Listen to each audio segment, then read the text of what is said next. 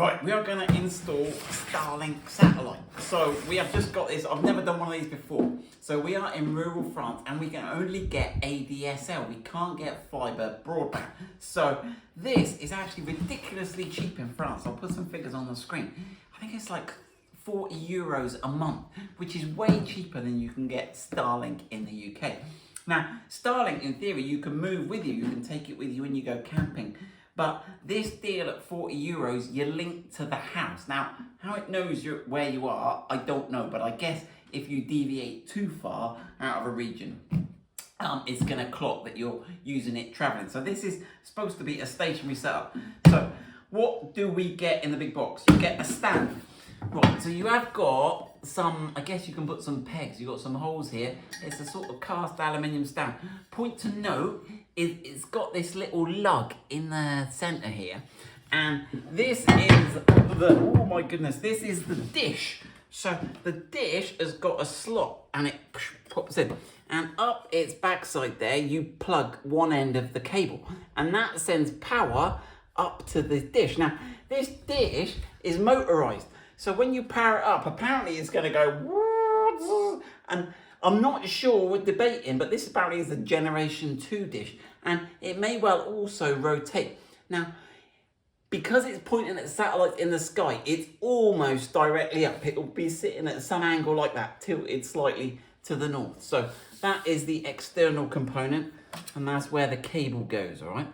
And there's a little release button here, and that's the mechanism that it goes on a pole. So if you want to put some funky wall mount, so the dish has got to see totally the sky going up like that. So you have to be careful if you mount it too near a wall. So we're going to mount it on the chimney, which is a bit random. Right, you get a cable that's 45 foot long, and that links the dish to this router, which is a Wi-Fi router and power supply. Now, unfortunately, it doesn't have a wall hanging, so you've got to rest it on its feet. And also, you've got the power, and there's no Ethernet output from it. So it's literally just Wi-Fi. So it's one lead goes to the dish, and the other is your power going in. But you can buy extra. We went large, go large or go home. And we bought this little. Now this goes in between this lead that normally go in there. You unplug that, and the lead passes through, and it steals RJ45 Ethernet. So we are going to go into our wired system with that. So that was extra. All right, and then we get the power cable.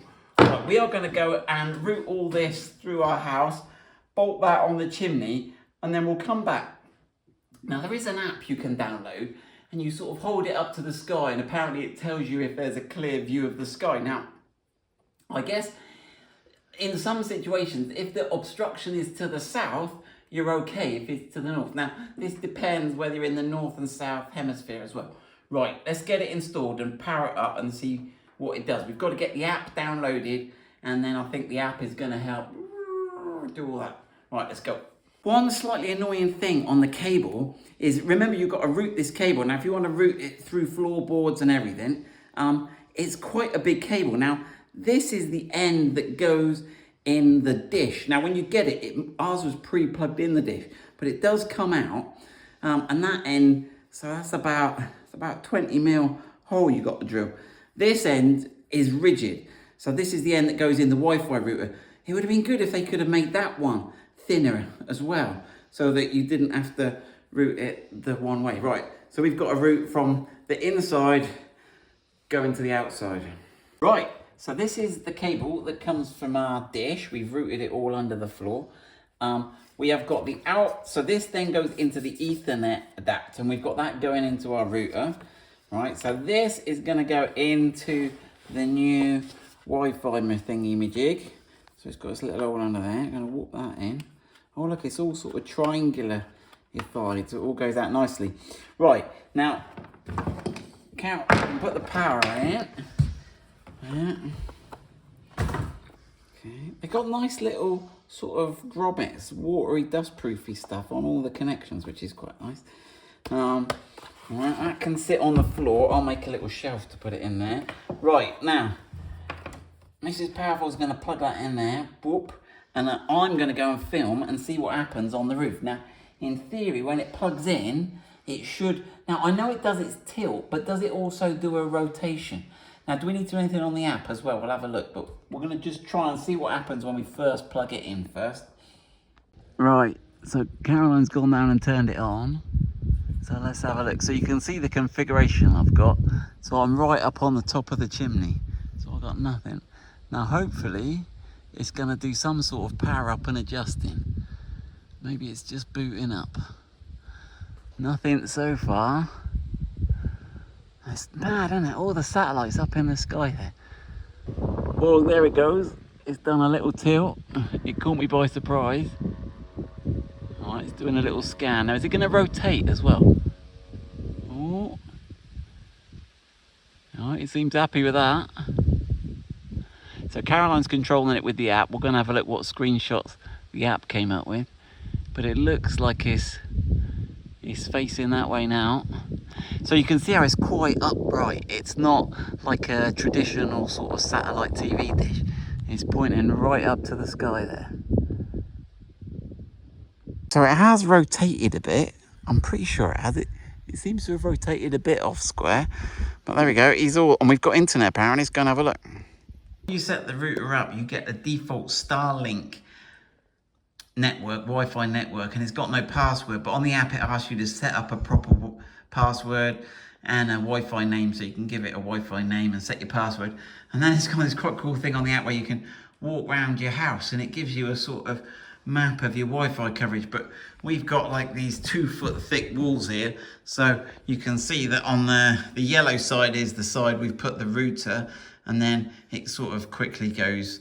But that's okay, because we got the wired router there, and then we've got a repeater on the other side. But all looking pretty good. One thing we've got is we've got 3 floors in the house, so we went on each floor, but it didn't really know we've gone to a different level. It'd be good if it created you a sort of 3-dimensional map that you could rotate. I think it thought we were on, but it should be green, look, it should be green. We're right next to the router there, and we still only got sort of yellow, which is a bit odd. Let's do a speed test. So here we go. Whoa, that's pretty solid. So 60 odd megabits per second. There's some pretty cool data on the data screen. It gives you all sorts of information about the sort of ping success and latency and stuff. It shows you where you've done speed tests, and so that's all pretty cool. So we're pretty happy.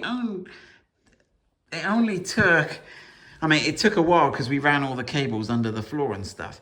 But the actual plugging it in and that, it's all clockwork. It's pretty simple, really. And we could have just put it out on the ground outside and beamed it up, but we wanted to get a proper install done. So we're pretty happy with that. We'll see how it goes.